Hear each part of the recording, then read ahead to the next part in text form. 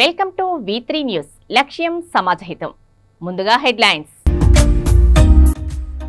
భారత scouts and guides తృతీయ Sopan testing camp. 7 స్కూళ్ల నుంచి NCC ప్రోగ్రాంకు హాజరైన 8th క్లాస్ విద్యార్థులు.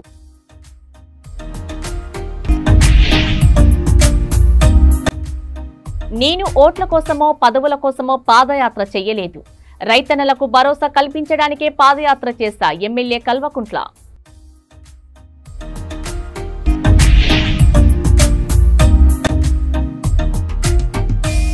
గోవులను తరలిస్తున్న DCM వ్యాన్లను పట్టుకున్న పోలీసులు. 300 గోవులను కాపాడి గోశాలకు తరలించిన టాస్క్ ఫోర్స్.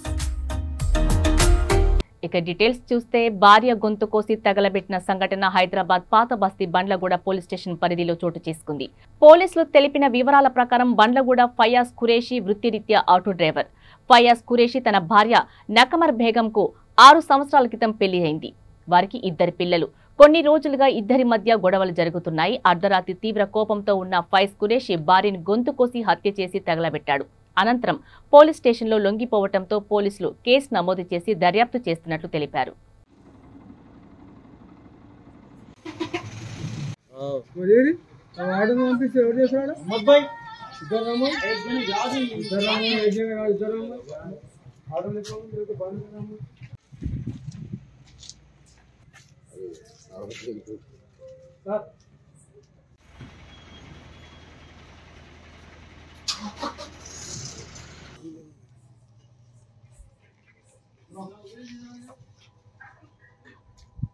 ठीक है, साइन मार के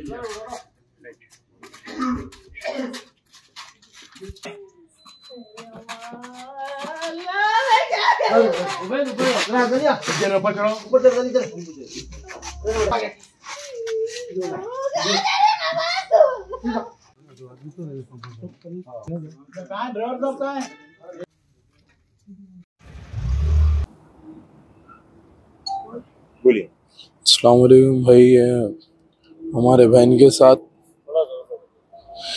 ये आशमाबाद पे हमारे बहन को हमारे भौने साहब और भौने की वालदा दोनों मिलके मार दिए, जला दिए, गला काट के जला दिए। हमको इंसाफ होने का है। वजूहत कुछ भी नहीं है। हमारे घर पे थे हमारे बहन, घर पे से दोपहर में 1:30 बजे के टाइम पे उनके घर पे हमारे उबैद भाई लाके छोड़े थे। उबैद भाई लाके छोड़ने के बाद करने के बाद और शाम में 1 बजे मेरे को फोन आया तो बोले ऐसा घर को आँच लग गई बोल के बोले। तो खाली घर के अंदर एक कमरे को आँच लगा दिया। आँच लगा के मार दे के पूरे बाहर निकल के ठहरे हुए थे। हस्बैंड वाइफ में कुछ झगड़ा था? कुछ भी झगड़ा नहीं था, पहले था वो खत्म होगा बोल के बात करके हमारे तायात से खत्म हो गया था, छोड़ दिए। क्या टाइम पे हुआ ये? तो ये आज हमको रात में 1 बजे फोन आया तो हम ना उठ के आके गए थे कि हमारे बहन को मार के जला दिए, आँच लगा दिए घर को। मोहम्मद फैज कुरैशी उसका नाम। आपके बहन का कमर बेगम है मेरा, उनकी उम्र है 22। आपके बहन भाई क्या काम करते? बहन वही जो बोले वो कर रहे थे, ऑटो वगैरह चला रहे थे। बावर्ची का काम करता हूँ बोल रहे थे। उन्होंने जो बच्चे को भी बढ़ावा दिए आगे करने का, उन्हें जो इतनी हिम्मत हुई उसकी, ये उन्हें करा। हमारे सालिहा बेगम का काम है। आपके बहन भाई कुछ नशे के आदी है क्या? नहीं, नशा तो नहीं मालूम साहब, अपने को अच्छे थे, उन्हें करने के काम कर दिया, अच्छा था। आज ये काम कर दिया। इससे पहले कुछ पुलिस कंप्लेंट वगैरह कुछ हुई थी? इससे पहले हुई थी, सब कॉम्प्रोमाइज हो गया था पूरा। औरत का जो चक्कर बोल रहे हैं उसकी वजह जी हाँ, उसकी वजह होंगी, अल्लाह बेहतर जानते हैं, हमारे नहीं मालूम था। सामने बात आई थी ये शादी करने का, ऐसा कुछ? हाँ आई थी, बात आई थी। एतराज करे होंगे? एतराज तो करे भाई। अरे ये मामले को लेकर कुछ बहस लड़ाई हुई थी लोगों की? जी हाँ हुई थी होंगी साहब, हुई थी। आप लोग को नहीं मालूम हुई थी। मतलब उनका इरादा था दूसरी शादी करने का, इस बात पे बहस हुई थी? जी हाँ। ठीक है। आपके घर पे कितना टाइम थे उन्होंने जो ले गया कि कोई उबैद भाई छोड़े? कितना वक्त गुजर गया? तकरीबन 1-1.5 साल हो गया साहब। उससे पहले भी मार के भाग गया था इन्हें, मार के भाग गया कर गया तो सर फोड़ दिया पूरा। सर फोड़ के कर लिए थे, कॉम्प्रोमाइज हुआ, बात कर लिए होगा बोल के खामोश बैठे। आज ये इंजाम कर दिया उन्होंने। अभी सिर्फ जले या और तो कोई भी मार के जला दिए से गला काट दे के गद्दे को आंच लगा दिए, जल गए बोल के बोलने क्या से। कौन कौन थे घर पे बोलो उनके? सालेहा बेगम थे और उनके बहन भाई साहब थे, वो गौस कुरैशी बोल गए उन्होंने, उनके बहन। हिरासत में ली? जी नहीं ली, स्कूल के कस्टडी में नहीं लिए। फैज कुरैशी को कस्टडी में ले लिए सर। सालेहा बेगम नहीं। ओके, शुक्रिया।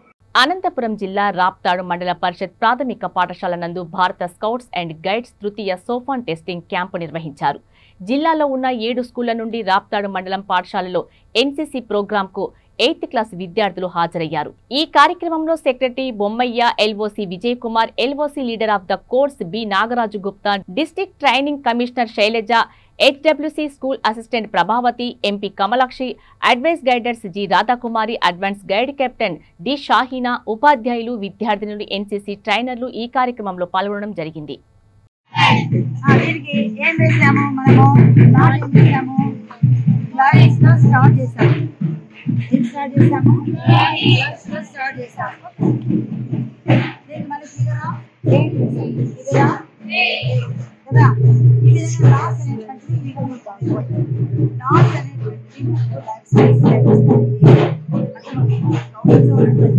ప్రతి చాప్టర్ కూడా మనకు జీవితంలో ఎలా నివసించాలి, ఎలా జీవించాలి, సమస్యలు వచ్చినప్పుడు ఏ విధంగా ఎదుర్కోవాలి, సమాజానికి మన వంతు సహాయము ఏం చేయాలి, అర్థమైందా?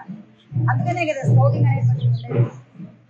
గాంధీ మహాత్ముడు ఏమి చెప్పారు, మన జాతి మీద ప్రతి ఇంటికి ఒక స్కౌట్ ఉంటే మంచి సమాజం ఏర్పడుతుంది, దేశము చాలా అభివృద్ధి చెందుతుంది. అంటే ఆ స్కౌటింగ్ వ్యవస్థలో దేశానికి, మరి దేవుడికి, ఇతరులకు, తర్వాత డ్యూటీ టు సెల్ఫ్, ఈ 3 మనము ప్రామిస్ చెప్పినప్పుడు చెప్పుకుంటాం. ఆ లాలో ఉన్నటువంటి 9 పాయింట్స్ మనము అప్లై చేస్తూ ఉంటాం మన జీవితంలో. ఎప్పుడైతే అప్లికేషన్ మోడ్లోకి వస్తుందో అప్పుడు మన జీవితం అనేటువంటిది ఒక అభివృద్ధి పదంలో నడవడానికి ఉపయోగపడుతుంది. అలా కాకుండా మన స్కౌటింగ్లో ఉండి కూడా ఇవన్నీ ఇగ్నోర్ చేసినట్టయితే మీరు ఏం నేర్చుకున్నా వేస్ట్ అవుతుంది. అర్థమవుతుందా?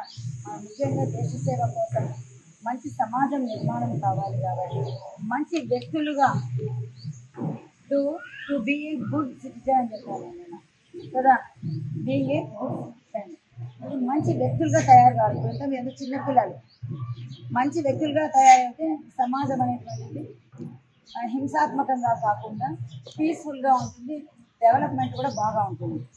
అలా కానట్లయితే, ఏమీ తెలియనట్లయితే, నాలెడ్జ్ అనేటువంటి లేనట్లయితే ఏమవుతుంది, అన్ని అన్యాయాలు, అరాచకాలు, హింస ఇలాంటివన్నీ చోటు చేసుకుంటాయి.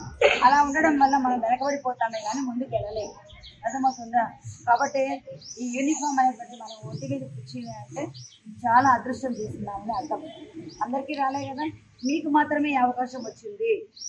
ఇంతమందిలో మీ స్కూల్లో ఉన్నటువంటి వాళ్ళలో మీకు మాత్రమే ఈ అవకాశం వచ్చిందంటే మీరు మీ వల్ల ఏదైనా దేశానికి అంటే సమాజానికి మీ వంతు సహాయం ఏదో ఉంది అర్థం.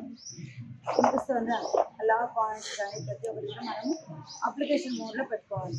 ఇందులో ఉన్నటువంటి సిలబస్, కంపాస్, ఎస్టిమేషన్, ఇవన్నీ కూడా మనం ఏం చెప్తాము, కంపాస్ ఎక్కడైనా వెళ్ళినప్పుడు ఏదైనా ఊరు వెళ్ళాలి అనుకున్నా కూడా మన దేశం ఏ పక్కన ఉంది, తర్వాత మన దేశంకి పిల్లలు ఏంటి, దిక్కులేంటి, మూలలేంటి, ఇవన్నీ కూడా తెలుసుకుంటున్నాం కదా.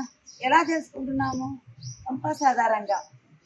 ఈరోజు నెట్ ఇవన్నీ వస్తున్నాయి, మనం ఫేషియల్ వేస్తున్నాము కదా, మీ అటెండెన్స్ వస్తుంది అంటే ఎట్లా వస్తుంది మరి? కాంపౌండ్ డాటే రావట్లేదు. ఎందుకు రావట్లేదు అంటే మన గ్రిడ్ లైన్స్ ఉన్నాయి కదా, ఆ గ్రిడ్స్ ఆధారంగా అక్షాంశాలు, రేఖాంశాలు ఉన్నాయి కదా, వాటి 9వ తారీఖు ప్రారంభమైంది, 13వ తేదీ ముగుస్తుంది. 5 రోజుల టెస్టింగ్ క్యాంప్ ఉంటుంది. ఈరోజు గ్రాండ్ క్యాంప్ ఫైర్ నైట్ నిర్వహించబడుతుంది. రేపటి రోజు ఆల్ ఫెయిత్ ప్రేయర్, ఫ్లాగ్ లోయింగ్తో ఈ కార్యక్రమాలు పరిసమాప్తం అవుతాయి. నిన్న జరిగిన పాదయాత్ర విజయవంతం కావడంతో మేట్పల్లి ఎమ్మెల్యే క్యాంపు కార్యాలయంలో కోరుట్ల ఎమ్మెల్యే డాక్టర్ కల్వకుంట్ల సంజయ్ విలేకరుల సమావేశం ఏర్పాటు చేశారు. నేను ఓట్ల కోసమో పదవుల కోసమో పాదయాత్ర చేయటం లేదని, రైతన్నలకు భరోసా కల్పించడానికి, ప్రజల కష్టాల్ని ప్రభుత్వం దృష్టికి తీసుకువెళ్లేందుకు పాదయాత్ర చేశానని తెలిపారు. మాపై ఎన్ని కేసులు పెట్టినా ప్రభుత్వం చేసే తప్పుల్ని ప్రశ్నిస్తూనే ఉంటామని అన్నారు. కార్యక్రమంలో ఎంపీపీ మారు సాయిరెడ్డి, మున్సిపల్ చైర్పర్సన్ రణవేణి సుజాత సత్యనారాయణ మరియు బీఆర్ఎస్ నాయకులు పాల్గొన్నారు. అరెస్ట్ చేయరబోయి నన్ను అరెస్ట్ చేయరబోయి అని చెప్పిన ఏమన్నా ఉంటే అరెస్ట్ చేయరబోయి అని చెప్పేసి ఆ కేసు కూడా నిజం చెప్పాలంటే వాళ్ళకు తెలుసు కేసులో దమ్ము లేదు. వాళ్ళు పెట్టిన కేసులో ఏ రాష్ట్ర ప్రభుత్వం అయినా ఆ సిటీ డెవలప్మెంట్ కోసం కొన్ని డబ్బులు ఖర్చు పెడతారు, తీసినంత దాంట్లో ఏమీ కూడా లేదు. సో ఆయన బ్రహ్మాండంగా నిర్దోషిగా బయటకు వస్తారు. దాంట్లో వాళ్ళు ఏదో కేసులు పెడుతున్నారు. మీరు చూస్తే రోజు పొద్దున ఏం చేస్తుంది ప్రభుత్వం? వ్యవసాయం గురించి ముఖ్యమంత్రి గారికి ఏమీ తెలియదు, విద్య గురించి ఆయనకు రాదు, ఆయనే బాబా. సో ఏ ఒక్క పని లేని వాళ్ళు ఏం చేయాలి? రోజు కేసులు తప్పించాలి పనిచేస్తున్నారు. రోజు ఒక కేసు అంతే, ఇదే పని. కేసు ఎట్లా పగ తీసుకుందాం వీళ్ళ మీద. ఆయన ముఖ్యమంత్రి అయిందే పగల ముఖ్యమంత్రి, లేకపోతే అబద్ధాల ముఖ్యమంత్రి తప్ప ఇంకో పని చేయట్లేదు. తప్పకుండా ఈ కేసులో కూడా ఏమి ఉండదు. ఆయన కూడా ఎవరిని పైరు చేసుకోవడం పోలేదు. 100% కలిసింది కట్టర్ గారిని. ఎందుకంటే ఆయన ఇప్పుడు దీన్ని ఇన్ఛార్జ్ మినిస్టర్ కాబట్టి రిటర్న్ వచ్చేసినారు కూడా ఆయన. సో దీంట్లో ఏ మాత్రం ఏం తెలుసుకోలేదు. రేవంత్ రెడ్డి గారికి ప్రాబ్లం ఏంటంటే, ఇప్పుడు చిన్న ఉదాహరణ చెప్తాను. మొన్న పొంగులేటి శ్రీనివాస్ రెడ్డి గారి మీద ఈడీ రైడ్ అయింది. అంతకుముందు బీఆర్ఎస్ వాళ్ళ మీద వచ్చిన విషయం జరిగితే బీజేపీ వాళ్ళు ఎట్లా గిరవారు? ఈడీ 2 రోజులు ఈడీ రెడీ చేసినారు. ఇప్పటివరకు ఎవరైనా ప్రెస్ మీట్ పెట్టారా? వీళ్ళు కానీ వాళ్ళు కానీ.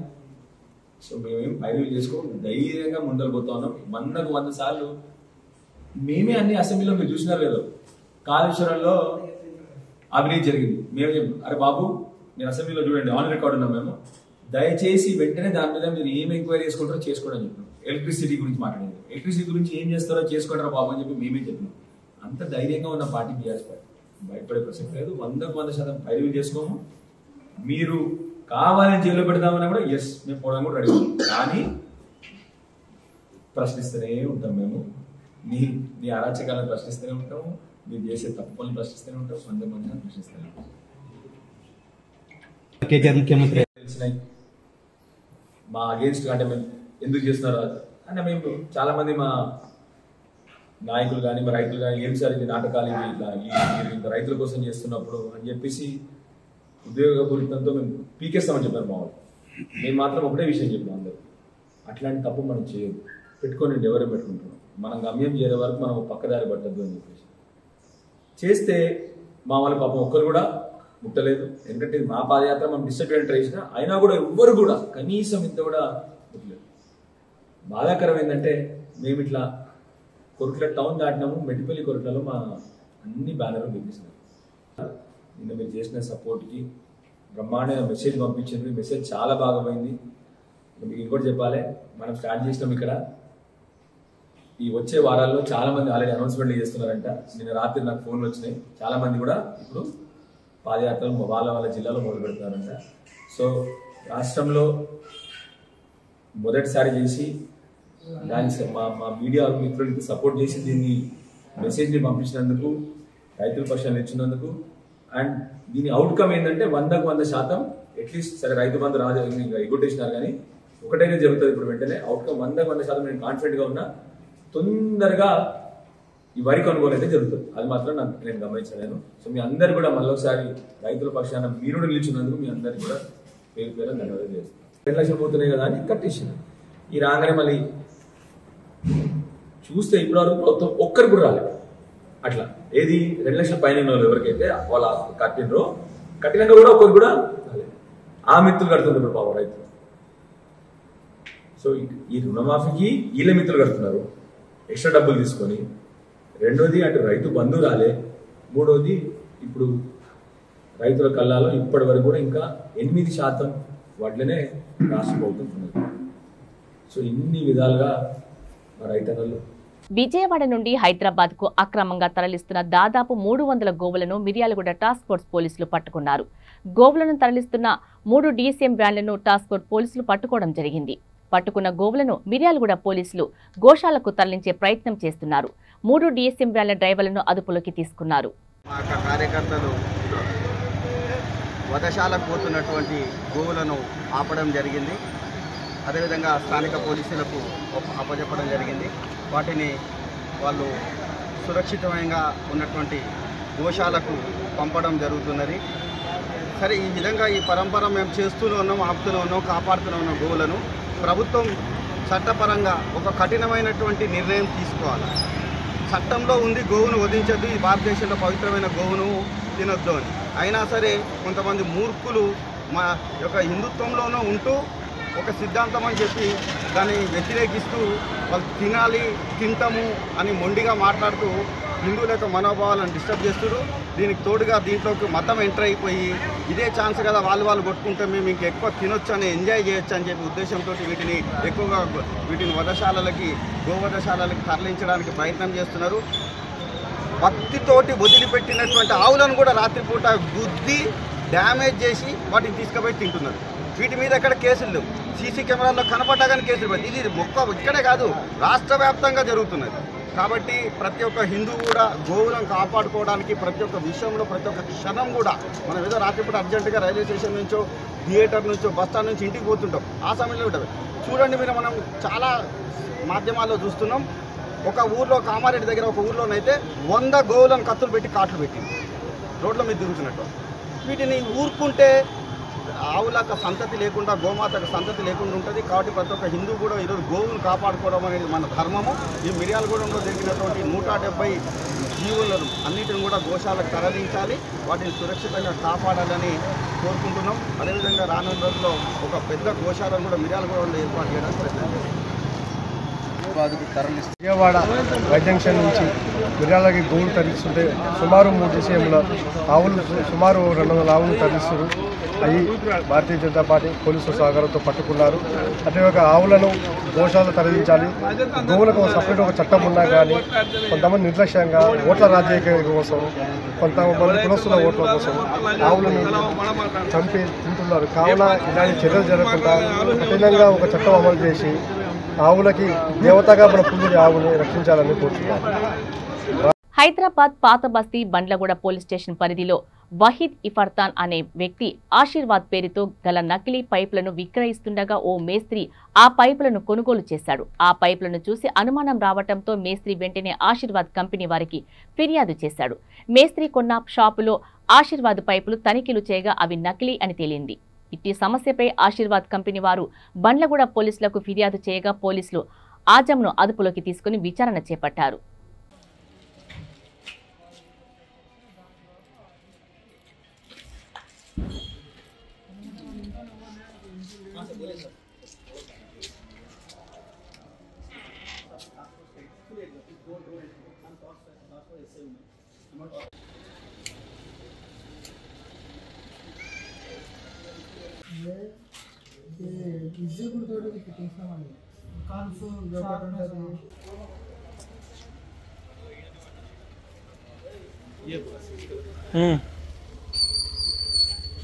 కర్ణాటక ఫిషరీస్ కార్పొరేషన్ చైర్మన్ మాలా నారాయణరావుని తెలంగాణ ఫిషరీస్ కార్పొరేషన్ చైర్మన్ మెట్టు సాయి కుమార్ మర్యాదపూర్వకంగా కలిశారు. ఈ సందర్భంగా మత్స్యశాఖ ఆధ్వర్యంలో ఏర్పాటు చేసిన ఫిష్ స్టాల్స్ ఆయనను పరిశీలించారు. ఫిష్ స్టాల్స్ నిర్మాణం కోసం మత్స్యశాఖ ఇచ్చే రాయితీల పూర్తి వివరాలను అడిగి తెలుసుకున్నారు. అలాగే మత్స్యకారులకు లబ్ధి చేకూర్చే ప్రతి విధానాన్ని హైదరాబాద్లో నూతన ఫిష్ స్టాల్స్ కోసం ప్రతిపాదనలు ఏర్పాటు చేయాలని అధికారులకు మెట్టు సాయి కుమార్ ఆదేశాలు ఇచ్చారు.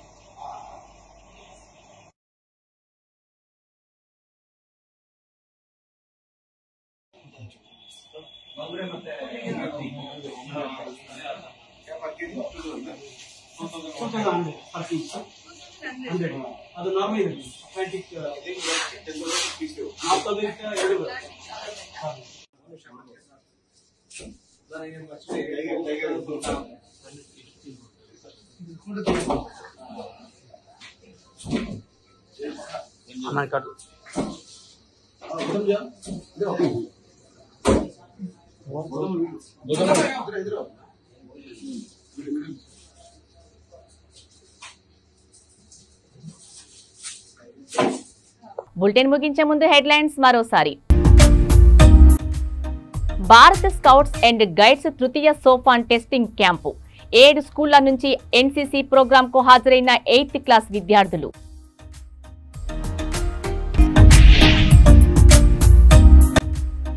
నేను ఓట్ల కోసమో పదవుల కోసమో పాదయాత్ర చెయ్యలేదు. రైతన్నలకు భరోసా కల్పించడానికే పాదయాత్ర చేస్తా ఎమ్మెల్యే కల్వకుంట్ల.